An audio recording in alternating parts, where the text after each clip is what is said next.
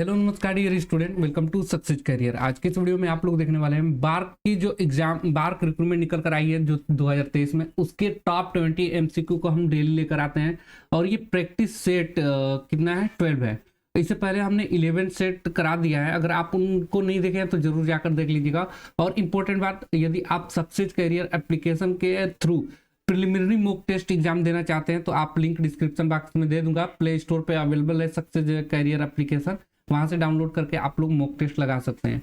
ठीक है, यहाँ पे देखिए, यहाँ पे पहला क्वेश्चन आप लोगों का स्टार्ट करता हूं मैं। दिया हुआ है कि मूलांकपुर रेडिकल से विकसित होने वाली जड़ें क्या कहलाती हैं। यहाँ पे 4 ऑप्शन आपके सामने है, उनका आंसर बताएंगे। मूलांकपुर जो भी है, ठीक है, उनकी जड़ें क्या कहलाता है? तंतुमय मूल कहलाता है, या मूसला जड़ें कहलाती है। श्वसन मूल यानी कि मूल का मतलब यहाँ पे जड़ से है ना, अपस्थानिक मूल कहलाता है। तो याद रखिएगा, जो मूलांकपुर जो रेडिकल से विकसित होने वाली जड़ें होती है उन्हें क्या कहते हैं? मूसला जड़ें कहते हैं। देखिए, ये पीडीएफ आपको हमारे टेलीग्राम चैनल से मिल जाएगा। लिंक आपको टेलीग्राम चैनल का मैं डिस्क्रिप्शन बॉक्स में दे दूंगा।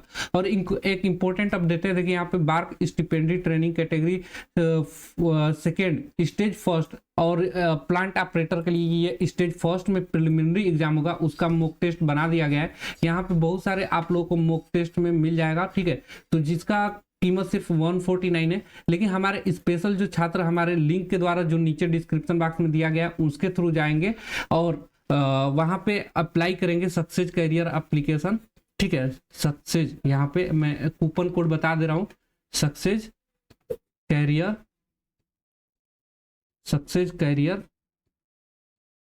50, तो उनको 50 रुपए का फ्लैट डिस्काउंट मिल जाएगा। फ्लैट डिस्काउंट मतलब 149 में से अगर आप 50 माइनस कर देंगे फ्लैट डिस्काउंट तो 99 का पड़ेगा। तो आप लोग जरूर ज्वाइन करिएगा। किसी तरह की दिक्कत होगी तो आपको डिस्क्रिप्शन बॉक्स में मिल जाएगा, डिस्क्रिप्शन बॉक्स में नंबर मिल जाएगा, उस पर आप लोग कॉल कर सकते हैं ना। चलिए सेकंड नंबर के क्वेश्चन को बताइए। यहाँ पे सेकंड नंबर का क्वेश्चन आपके सामने है कि अवकरण वैसी रासायनिक अभिक्रिया है जिसमें, ये क्वेश्चन मैं कई बार करवा दिया हूं। देखिए, अवकरण वैसी रासायनिक अभिक्रिया, अवकरण अभिक्रिया में आपको याद रखना है कि क्या करेगा? इलेक्ट्रॉन ग्रहण करता है। इलेक्ट्रॉन ग्रहण करता है, डी वाला ऑप्शन सही होगा। देखिए, जब भी कोई तत्व इलेक्ट्रॉन को ग्रहण करेगा तो उसे क्या कहते हैं? अवकरण। यहाँ पे मैं लिख दे रहा हूं, आप लोग ध्यान रखेंगे, अवकरण अभिक्रिया कहलाता है। अवकरण अभिक्रिया। एक और अभिक्रिया होती है ऑक्सीकरण अभिक्रिया। अभिक्रिया, ठीक है, अभिक्रिया। एक होता है ऑक्सीकरण अभिक्रिया। ऑक्सीकरण अभिक्रिया, दोनों याद रखिएगा, एग्जाम में घुमा फिरा के क्वेश्चन कहीं ना कहीं बार बार पूछता ही है। ऑक्सीकरण अभिक्रिया। अब देखिए, ऑक्सीकरण अभिक्रिया में क्या होगा? तो इसमें इलेक्ट्रॉन ग्रहण कर रहा है ना, तो अवकरण अभिक्रिया कहला रहा है। अगर इलेक्ट्रॉन को ग्रहण न करने के बजाय वो इलेक्ट्रॉन को त्याग करेगा तो ऑक्सीकरण अभिक्रिया कहलाता है। इसमें क्या करेगा? इलेक्ट्रॉन त्यागेगा, ठीक है, त्याग करेगा, तो वो कौन सी अभिक्रिया कहलाएगी? ऑक्सीकरण अभिक्रिया कहलाएगी। चलिए नेक्स्ट क्वेश्चन की तरफ चलते हैं। अगला क्वेश्चन आपके सामने है तीसरे नंबर का। दिया हुआ है कि रेडियो सक्रिय किसका गुण है? यहाँ पे तीसरा, हाँ बताइए, रेडियो सक्रिय किसका गुण है? यहाँ पे ऑप्शन दिया हुआ है इलेक्ट्रॉनों का, प्रोटॉनों का, न्यूट्रॉनों का, नाभिक का। तो रेडियो सक्रियता जो गुण होती है ये नाभिक का होता है, क्योंकि नाभिक के ही वजह से रेडियो सक्रियता गुण आती है। ये करेक्ट आंसर यहाँ पे क्या हो जाएगा? डी हो जाएगा, नाभिक के द्वारा। अगला क्वेश्चन आपके सामने है, दिया हुआ है भस्म वह पदार्थ है जो प्रोटॉन देता है, प्रोटॉन ग्रहण करता है, इलेक्ट्रॉन देता है, या इलेक्ट्रॉन युग्म ग्रहण करता है। बहुत ही अच्छा क्वेश्चन है, आप इसका आंसर बताएंगे तो क्या सही आंसर हो जाएगा? भस्म वह पदार्थ है जो क्या करता है? प्रोटॉन को ग्रहण करता है। करेक्ट आंसर यहाँ पे क्या हो जाएगा? ये वाला बी वाला ऑप्शन सही हो जाएगा। चलिए नेक्स्ट क्वेश्चन की तरफ बढ़ते हैं, 5वें नंबर पे।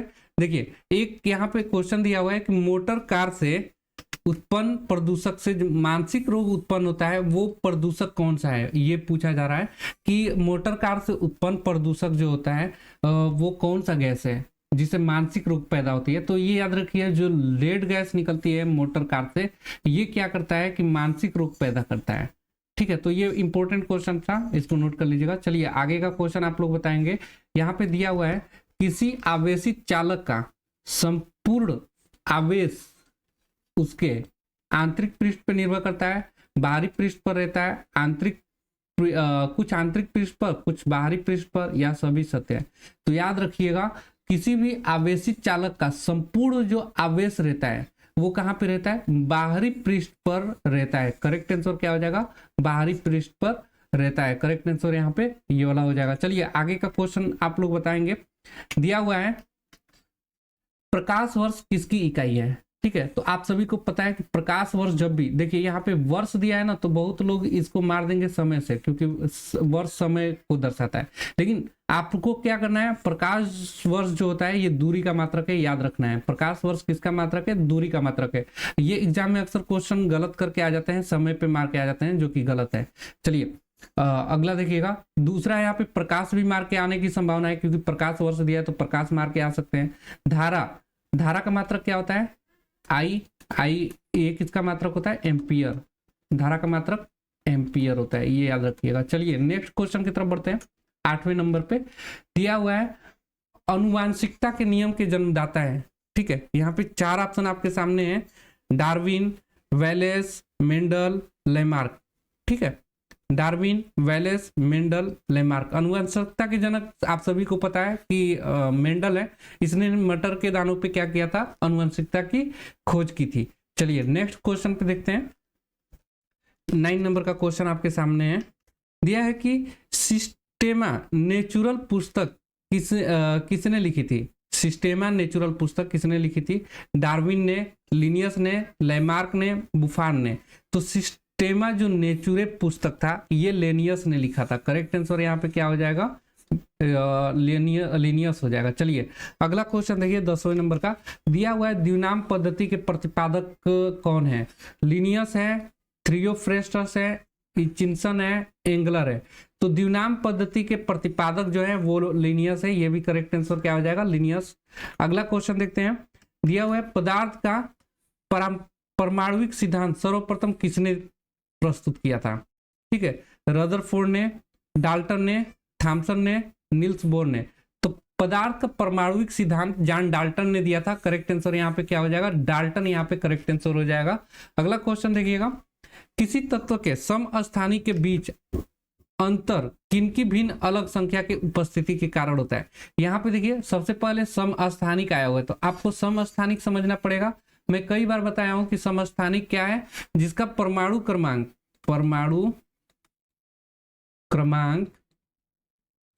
समान। समस्थानिक क्या है? परमाणु क्रमांक समान। ऐसे तत्व जिनके परमाणु क्रमांक समान तथा द्रव्यमान संख्या भिन्न होती है,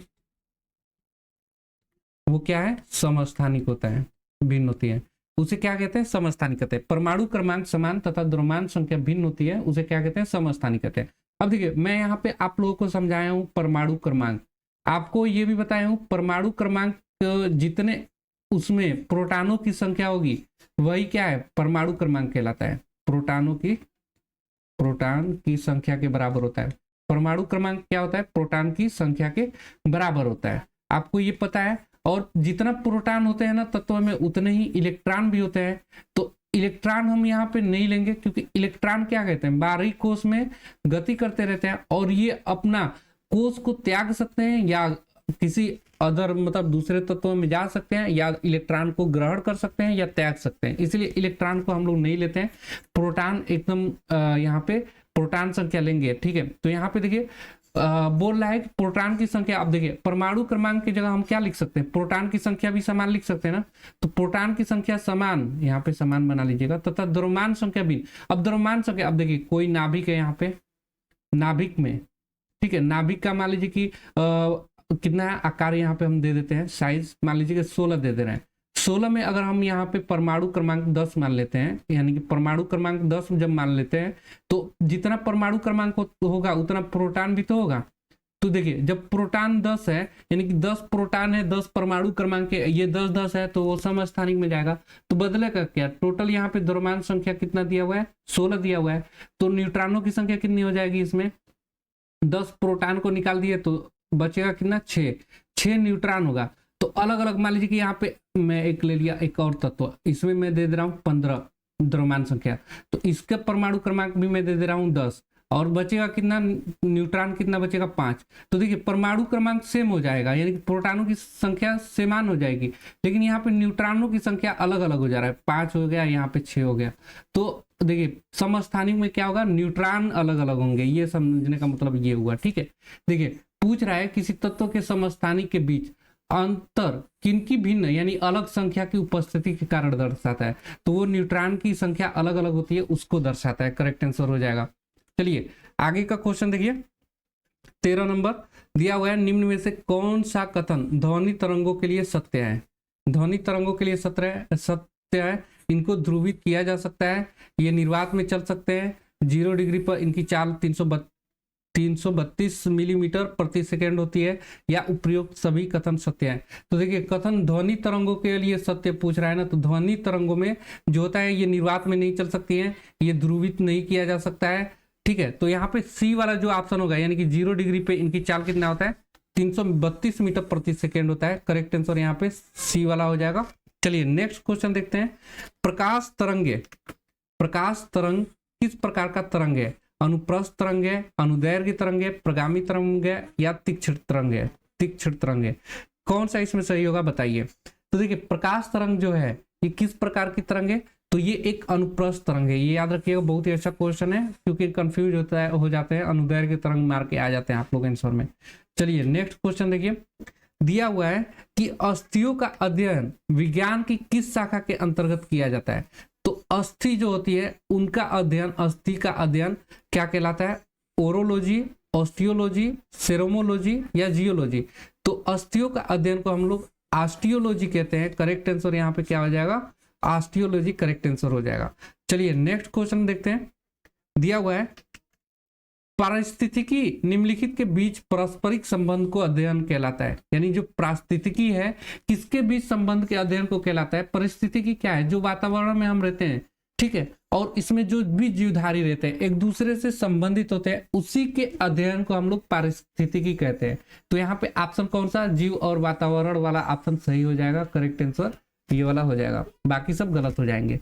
चलिए नेक्स्ट क्वेश्चन को देखते हैं, दिया है अधिक लवण वाले विलयन में एक कोशिका को रखने पर वह सिकुड़ जाता है, क्योंकि देखिए अधिक लवण वाला यानी कि ऐसा विलयन जिसमें लवण की मात्रा अधिक हो, उसमें एक कोशिकीय कोई है, उसको रखते हैं तो वो सिकुड़ जाता है। किस लिए, लवणीय जल का कोशिका में प्रवेश करता है, या जल बाह्य परासरण द्वारा बाहर निकलता है, या कोशिका द्रव विघटित हो जाता है, या खनिज लवण कोशिका भित्ति को तोड़ देता है।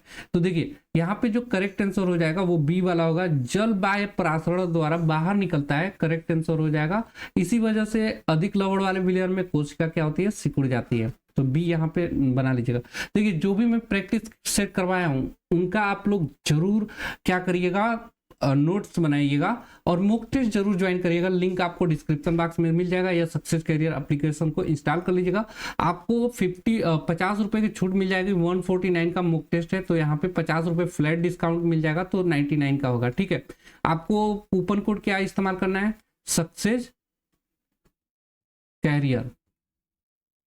ये देखिए ये कूपन कोड सिर्फ इस फर्स्ट स्टेज के लिए मान्य होगा, सक्सेस कैरियर 50। ठीक है, किसी तरह की दिक्कत होगी तो आपको नंबर नीचे दिखाई दे रहा होगा, उस पर कॉल कर सकते हैं या व्हाट्सएप कर लीजिएगा। चलिए आगे का क्वेश्चन देखते हैं। 18 नंबर दिया हुआ है, जीव विज्ञान के जनक, बायोलॉजी के जनक कौन है, फादर ऑफ बायोलॉजी किसे कहते हैं। तो फादर ऑफ बायोलॉजी यानी जीव विज्ञान के जनक यानी पिता किसे कहते हैं, अरस्तु को कहते हैं। करेक्ट आंसर यहाँ पे अरस्तु हो जाएंगे। चलिए नेक्स्ट क्वेश्चन का आंसर बताइए। यहाँ पे दिया हुआ है कौन सी रचना जंतु कोशिका को वनस्पति कोशिका से विभेदित करता है, राइबोसोम, माइटोकॉन्ड्रिया, सेंट्रोमियर, या सेंट्रियोल। तो देखिए यहाँ पे जंतु कोशिका को पूछा है, वनस्पति कोशिका से विभेदित करती है, तो वो है सेंट्रियोल। करेक्ट आंसर हो जाएगा डी वाला। चलिए नेक्स्ट क्वेश्चन का आंसर बताइए। यहाँ पे दिया है कि किसी वस्तु का ताप किसका सूचक होता है। देखिए यहाँ पे ताप किसका सूचक पूछा है, और यहाँ पे आपको अणुओं के टर्म बताना है। ताप किसका सूचक होता है, यहाँ पे ऑप्शन पढ़ लेते हैं। उसके अणुओं की कुल ऊर्जा, का या उसके अणुओं की औसत ऊर्जा का या उसके अणुओं के कुल वेग का या उसके अणुओं के औसत गतिज ऊर्जा का। तो देखिए जो ताप होता है ना, ताप के कारण ही कोई भी तत्व होते हैं उसमें अणु परमाणु वगैरह होते हैं, ये क्या करते हैं, ताप बढ़ाने पे इनकी गतिज ऊर्जा बढ़ती है, यानी कि गतिज के कारण ही ये क्या बताते हैं, ताप बताते हैं। जैसे आप सूर्य की रोशनी में देखिए तो ताप के कारण ही आपको क्या होता है, वहां पे अणु की जो गतिज होती है वो हमारे पास आती है, ठीक है, उसका विकिरण के द्वारा उसमें हमारे पास आती है। तो वहां पे अणु होने की वजह से उसकी अणुओं की औसत गतिज ऊर्जा होती है।